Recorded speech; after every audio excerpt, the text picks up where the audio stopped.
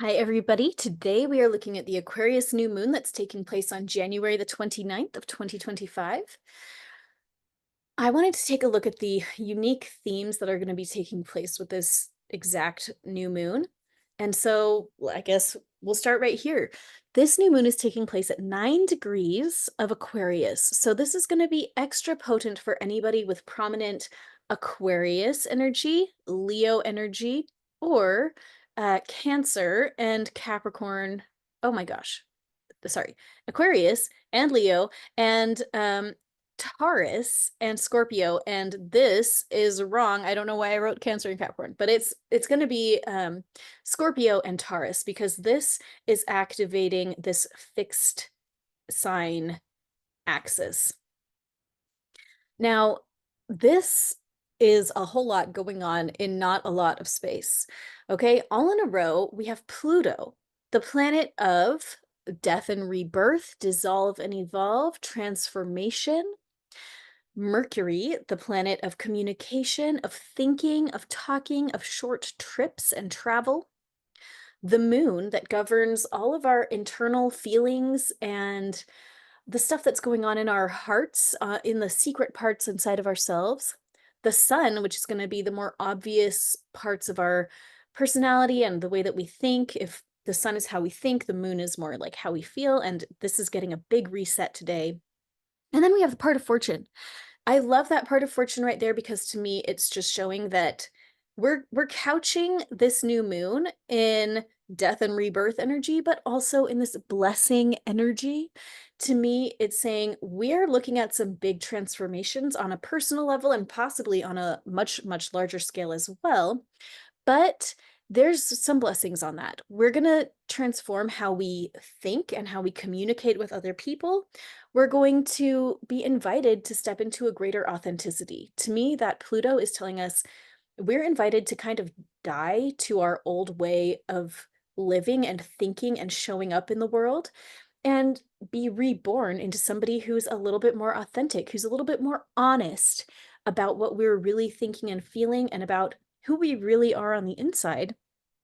Um, wherever Pluto is, I wouldn't say it's a very easy, it's not an easy planet. I wouldn't say it's extremely fun, but where it is, it invites massive transformation. And that's exactly what I think we're going to be able to see with this new moon, which is pretty exciting. Now, we've got a whole bunch of players right here in Aquarius, but we've also got a number right here in Pisces. Four major players here are in Pisces: Saturn, Venus, Neptune, and the North Node. And so what does this mean? It means we're being invited to really connect with the divine for spiritual insight. That is that Pisces. We need to look at that Saturn in Pisces to ask, where do we need to make things right? Where have we really messed up in our lives and we need to do something about it and fix it and start healing things. If you have any outstanding issues in your life, this is going to be a really powerful new moon to use to take care of that stuff. If you've stolen from anybody, if you have those kinds of big regrets. Maybe you said something to somebody that it's been really like gnawing at you and you wish you hadn't said that. That kind of thing. This is a good time in my opinion to do what it takes to, start making that right. Venus deals with money and receiving and with the feminine influences in our lives. And so we may find that we're connecting extra with the women in our lives, be that a mother, be that a girlfriend, whatever women are in your lives, this may be a powerful new moon where you're going to be resetting the way that you're interacting with these women.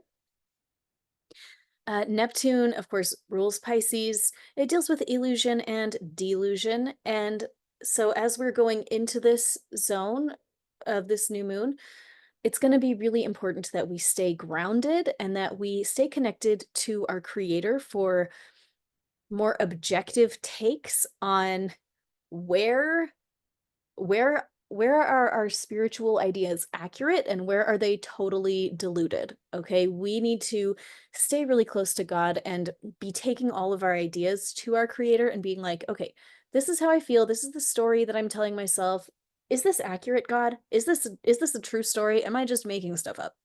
The more that we can get God's divine perspective on the way that we think, the easier we're going to have in our whole life because God wants our lives to be great and God will help us as we connect with God to get that clarity on what's really going on. Now, the new moon, in my opinion, this is how I take all astrological movement. I feel like it works like a clock.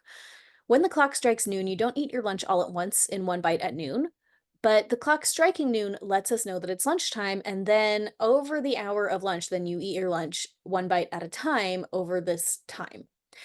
So I don't know that the new moon is going to, we're going to have a huge transformation all at once, exactly at that time. Rather, I think this is kind of like opening a little door, and over the next week and beyond, we're going to see how things organically show up for us that invite us to get real with how authentic we're being. Okay, so situations may show up that really kind of put you on the spot and make you decide, am I going to be authentic here or am I going to, show up in a less authentic way? And some of us are going to choose not to be authentic. Situations are going to come up for us that are going to give us an opportunity to engage with our creator and make a really spiritually informed decision, or um you know engage in total delusion and make terrible decisions. Right? We're going to have situations that show up for us that give us the option. That's really what's happening. A bunch of options are going to show up on these themes that are going to let us see, do I want to be authentic? Do I want to be spiritually connected? Or does it feel easier to me to, hide who I really am, hide who I really feel, engage with my delusion because I don't want to face the ugliness that will have to happen if I change how I'm operating. Okay. And I don't want to, I don't know. I want to be gentle with that because I have certainly been there in my life, and I'm sure I'm there in certain areas of my life right now where it is easier to, not be honest with ourselves. It is easier not to be honest with the people around us. It is easier to like let things continue going the way that they're going because we don't want things to get hard while we change them. Um, I don't know. I just really know from my own life it's hard. It is so hard. And so if that's where you're at, it's okay. We have all the time that we need to accomplish what we need to accomplish. You don't have to be authentic right now. You don't have to be spiritually connected right now. But you can be if you want to be, and things are going to show up for us to invite us to get some clarity on those issues. And uh no, I have like a story that's coming to my mind. I'll read this first. But agency is really everything. Okay? We get to choose, and that's it. We get to choose. We get to choose. The new moon in Aquarius invites us to get authentic and to be radically honest about who we are, but we don't have to. We don't have to be radically honest about who we are. We don't have to do that. And many people will choose not to, and we will see that. The stars do not make us do anything. They create the emotional weather that we get to react to using our agency. So pay attention to who in your life is connecting with God for more guidance, who in your life is getting more authentic as we go through this new moon energy. And it might not be pretty. Sometimes getting authentic is really ugly. If there's some big blowups that happen right now, this may be people that are choosing to be more authentic. They have finally hit that breaking point and they're saying, okay, I'm done. This is the honest truth. Blah, blah, blah. See who is becoming more authentic, see who is doubling down on their inauthenticity, who out there is following their own decisions instead of asking for God's input on what they are doing. Okay, this is whether that's going to impact all of us, and how we all decide to handle it is going to be different person to person. Okay, we get to choose to be humble as we're sorting out how to navigate these influences and opportunities that show up in our lives. Like, that is what I try to do. I'm not always great at it, but I'm like really trying.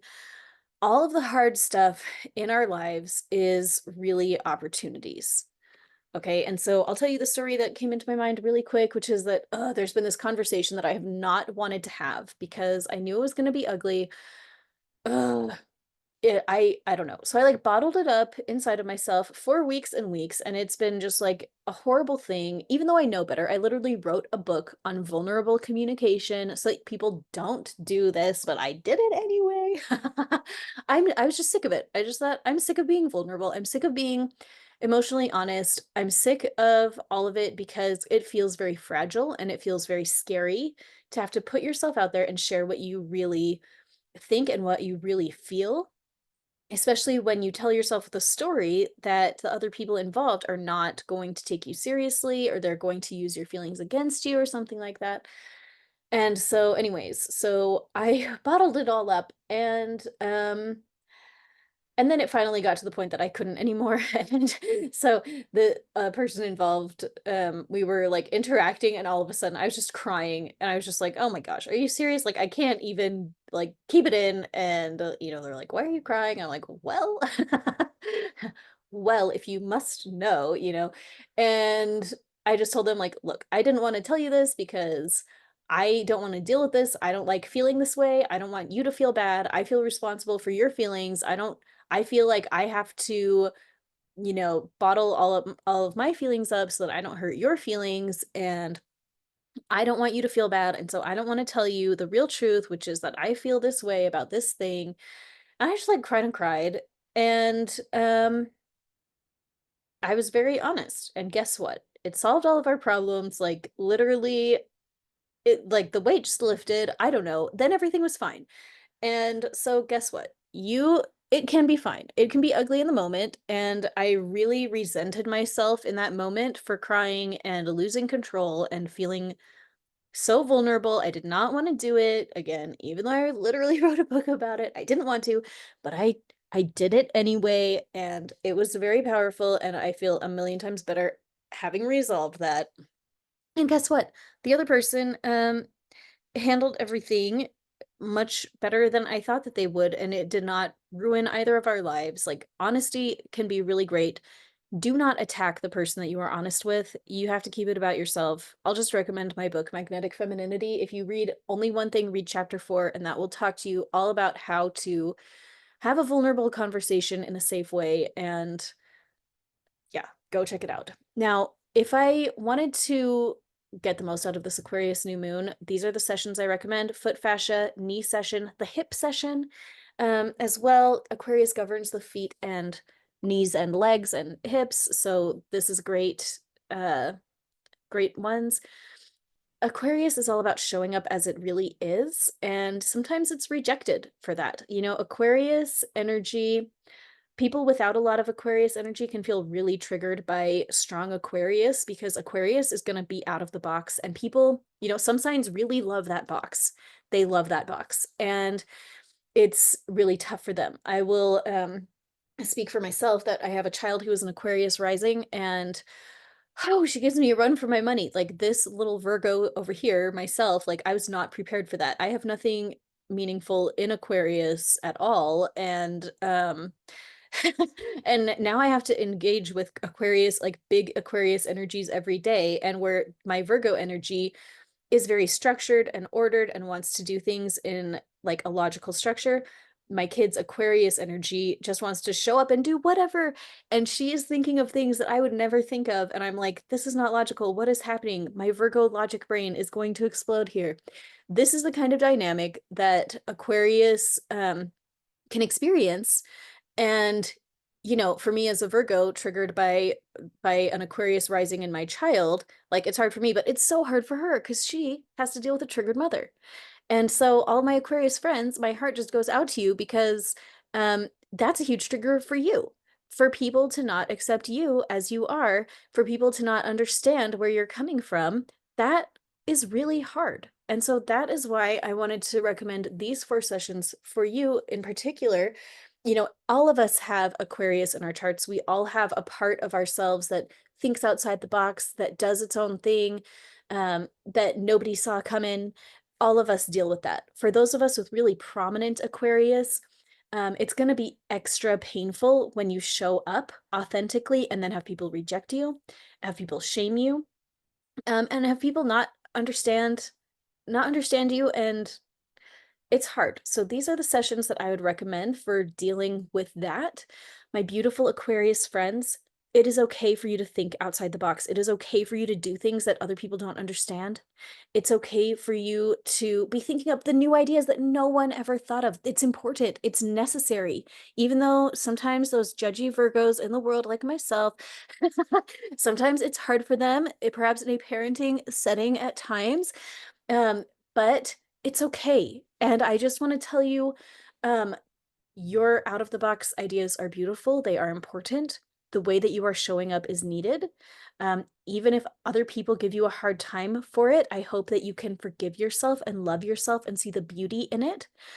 Um, all of us trigger each other, as much as, you know, my own parenting situation, my kid triggers me, I trigger her, and it goes back and forth. And we all sit there and trigger each other. And this is important. Okay. It is important. We all have an important role to play. This is what teaches all of us wisdom as we learn to find the balance between thinking outside of the box and thinking in that logical step by step order. It teaches us this balance between serving humanity and serving the one. We all need all of it. And so I hope that you can just look at yourself and just tell yourself, I'm amazing. I'm good. Allie says I'm good enough as I am. You are good enough as you are. You are important. I'm sorry that other people don't see you the way that you wish that you were seen. I'm sorry that people don't appreciate the way that you show up outside of the box. It is important, and I just want to honor that for you today. Remember to plant your seeds today. I made another video on planting new seeds with this Aquarius new moon, so please go check that out. That's going to be a great way to use the energy of this new moon to create some powerful change over the next few months. And other than that, be sure to check out Intuitive Healing with Allie Duzett on Facebook. Go to allieduzettclasses.com and check out the free foundational sessions if you haven't already. And that's it for today, guys. Thanks for hanging out. I hope that you have a great day.